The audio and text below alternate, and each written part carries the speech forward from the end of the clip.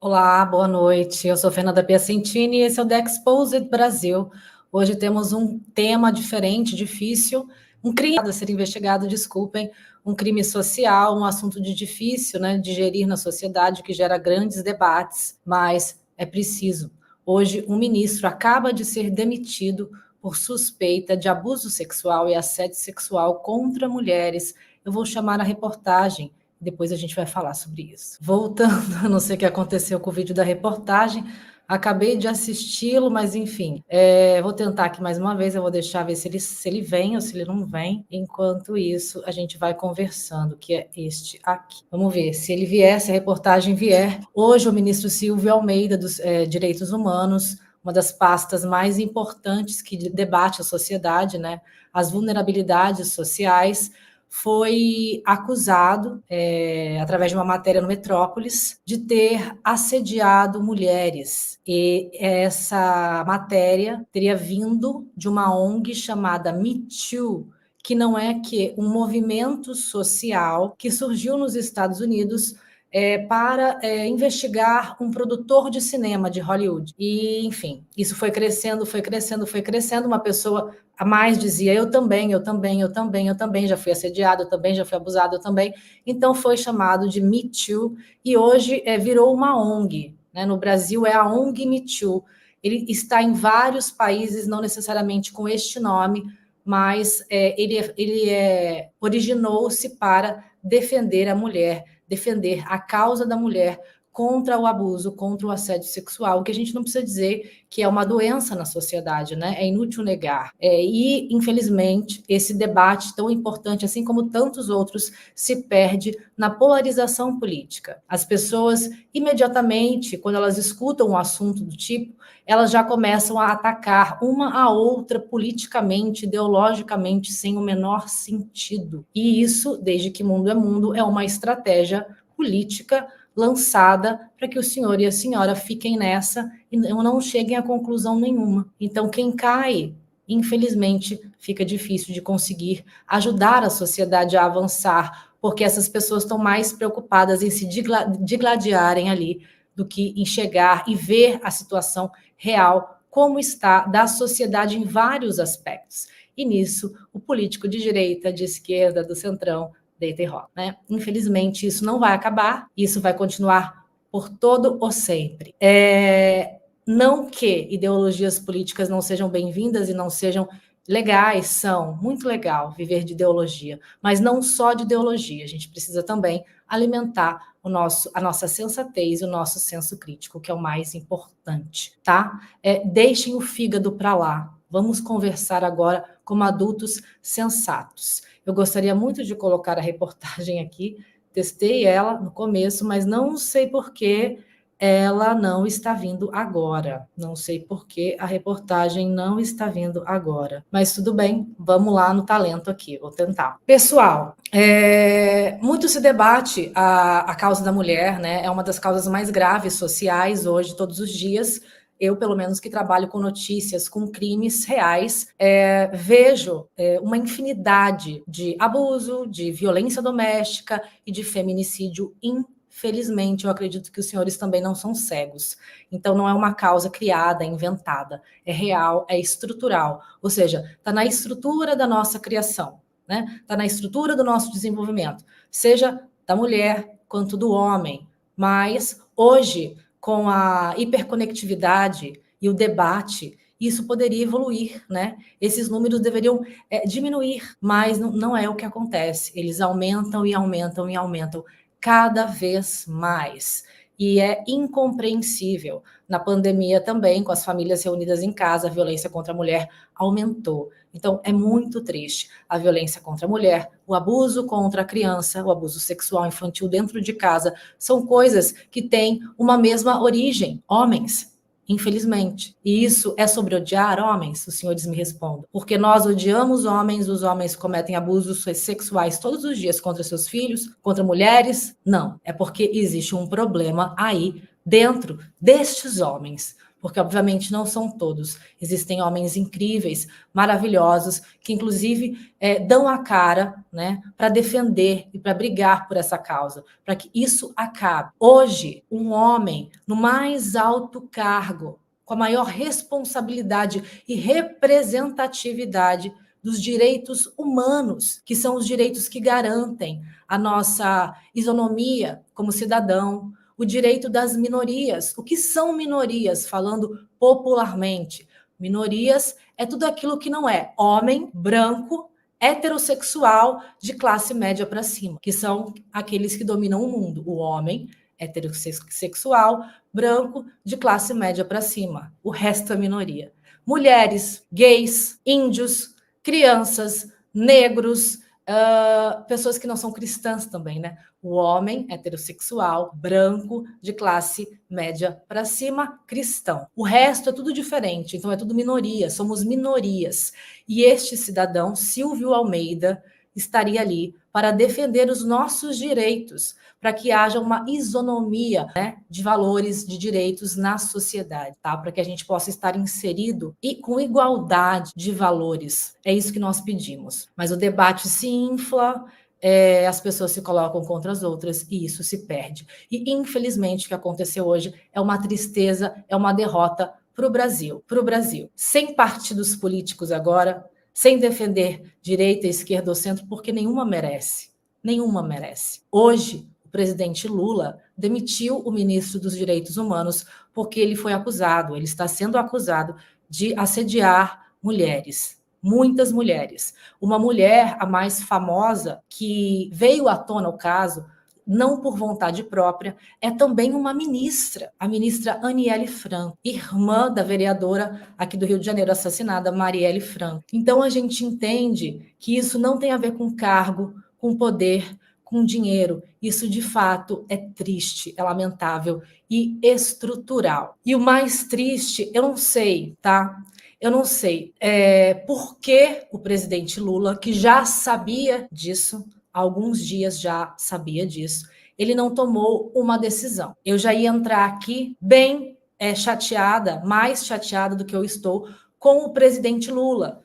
No entanto, eu vi que o Silvio Almeida foi chamado semanas atrás, pela Controladoria Geral da União, pelo ministro Vinícius Marques, para se explicar sobre isso. Ou seja, decisões já estavam sendo tomadas internamente, investigações já estavam acontecendo, porque ele foi chamado, tá? O Silvio foi chamado pelo Vinícius Marques e negou, mas não convenceu o ministro, porque o ministro incentivou ele, naquele momento, a pedir demissão.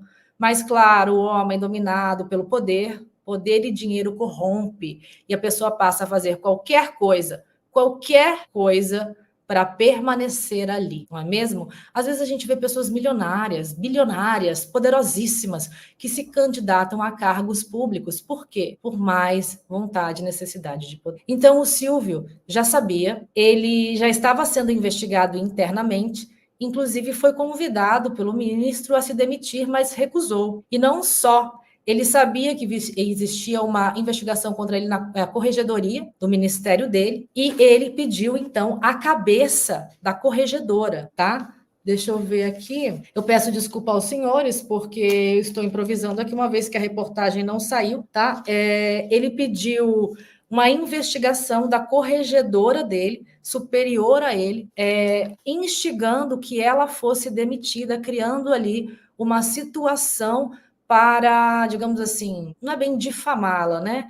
Mas descredibilizá-la, para que ela fosse demitida porque ela estava investigando. Aqui, o Almeida pediu demissão na corregedoria, que apurava, estava tentando afastá-lo ele estava tentando afastar a corregedora desde junho deste ano, tá? Uma corregedora da pasta que vinha investigando suspeitas de assédio cometidos por ele. Ele pediu ao ministro da Controladoria Geral da União, Vinícius Carvalho, o afastamento da corregedora do Ministério dos Direitos Humanos, Tatiana Pires. Agora sim, com nomes aqui, Tatiana Pires. Olha a vergonha. Um homem, um doutor, ele é doutor. Ele, na reportagem, estaria aqui isso tudo bem colocado, bem explicado, toda a trajetória do Silvio Almeida. Ele era professor de uma universidade, São Judas Tadeu, acredito eu, em São Paulo, e ali ele já cometia abusos, segundo mais denúncias que surgiram hoje de ex-alunas dele do curso de Direito. Ele é um homem douto, né, um doutor, um cara capacitado, um escritor de livros de filosofia, livros de sociologia. Um dos livros dele se tornou referência em 2020, eu acredito. Ele foi lançado em 2019, Racismo Estrutural. É um livro incrível. Esse livro se tornou assim um fenômeno que trouxe ele, emergiu o Silvio. Ele sempre foi da carreira acadêmica, mas ele não era conhecido. Em 2020, na pandemia, com este livro e uma participação dele no programa Roda Viva, ele se tornou conhecido e uma figura ali mais midiática, né? Assim como era a Djamila Ribeiro, grande Djamila Ribeiro, tá? Então eles atuavam ali mais ou menos na mesma seara, só que Djamila na causa negra também e da mulher, né? Talvez teria sido uma melhor escolha para o Ministério, não sei se foi opção, não sei se aceitou ou negou, não sei, estou aqui falando, tá? Então, esse homem emergiu politicamente, socialmente ali, intelectualmente mais que tudo, né? Ele emergiu e se tornou uma figura ali intelectual midiática, mais de 2020. De 2020 para 2022, são 2 anos. É pouco tempo. É pouco tempo para você nomear um desconhecido para um cargo tão importante como o Ministério dos Direitos Humanos de um país imenso como o Brasil. É o que eu falei ontem. Quem perdeu a live de ontem dos desinfluenciadores, né? Quem te influencia? Às vezes as pessoas surgem, são boas, ele é preparado, ele é um cara, como eu falei, um doutor, né? De universidades, incríveis, mas é uma pessoa que surgiu na mídia ontem. E aí começa a tirar foto com um, tira foto com outro, tira foto de uma certa galera, e daqui a pouco ele tá na galera, ele é a galera, ele se torna a galera e ninguém sabe de onde que veio o ovo ou a galinha primeiro, né? Porque não é só isso, não basta só o conteúdo acadêmico, não basta só a intelectualidade, não basta só o que você produziu de trabalho. A gente precisa conhecer você, a gente precisa conhecer a sua trajetória humana também. Eu acho importante, porque lembram da Carol Conká, que eu falei ontem? A Carol Conká foi assim. Ela apareceu, começou a fazer foto com gente daqui, dali, daquela mesma galerinha, e daqui a pouco ela era daquela galerinha. E aí ela fazia músicas, e as pessoas davam por certo que ela fosse uma intelectual, uma artista intelectual, super engajada e tudo tal. E ela me vai para um reality show nacional e a gente vê que não era nada daquilo. E aí a gente fala, como é que essa mulher surgiu? Por que a gente achava que ela era isso? Então, a gente precisa maturar um pouquinho mais as pessoas antes de destiná-las a cargos tão importantes como esse, como o do Silvio Almeida, tá? Eu acho muito importante, 2 anos, 2020 ele apareceu, 2019 ele lançou este livro, ele já tinha lançado outros livros, 2020 ele apareceu, em 2022 ele já foi nomeado ministro pelo presidente, tá? E isso não tem a ver com... Aí as pessoas começam, a mesma coisa de ontem, tá? A mesma coisa de ontem. A gente falando dos influenciadores golpistas, tá, pessoal? Eles têm o mesmo discurso, estão me perseguindo por isso. Deolane, estão me perseguindo porque eu sou pobre, pobre não pode ter direito às coisas. Oxe, se pode, né? Mas ela não é humilde assim no dia a dia para falar, nem ela, nem suas irmãs. Elas têm uma soberba bem grande, gostam de ostentar e não parecem gostar muito, inclusive, de pobres. Então, na hora que a coisa aperta, aí a pessoa é pobre, aí ela é isso, aí ela é aquilo. Eu não vejo uma perseguição política contra o ministro porque ele é negro, né? Eu não vejo. Eu acho uma coisa triste, porque é uma minoria oprimindo outra minoria, que é mais triste ainda. E a gente vê a gravidade da situação das mulheres na sociedade. Eu peço, por favor, senhores, se isso for apurado e isso for verdade, se comprovar esse fato, pode não ser verdade também. Nós estamos aqui tratando desta investigação e desta figura, Silvio Almeida, que deixa de ser agora o ministro dos Direitos Humanos desse país, um dos países mais importantes do mundo, né? Maior produtor de tantas coisas aí, que é o Brasil. Então a gente precisa também vigiar, cobrar, investigar quem são essas pessoas que ocupam essas cadeiras tão importantes e definitivas para o destino da nossa sociedade, né, dessa nação, Brasil. Então, minha gente, é muito triste ver um oprimido, né, o oprimido contra o outro oprimido. a gente fica perdido, e a mulher mais ainda sempre, e cada vez mais vulnerável. A gente precisa esperar que a investigação seja concluída. Pode ser um complô para derrubar o ministro, pode ser uma coisa que já estão levantando aí de inveja entre ministros, inimizade, né, animosidades entre eles.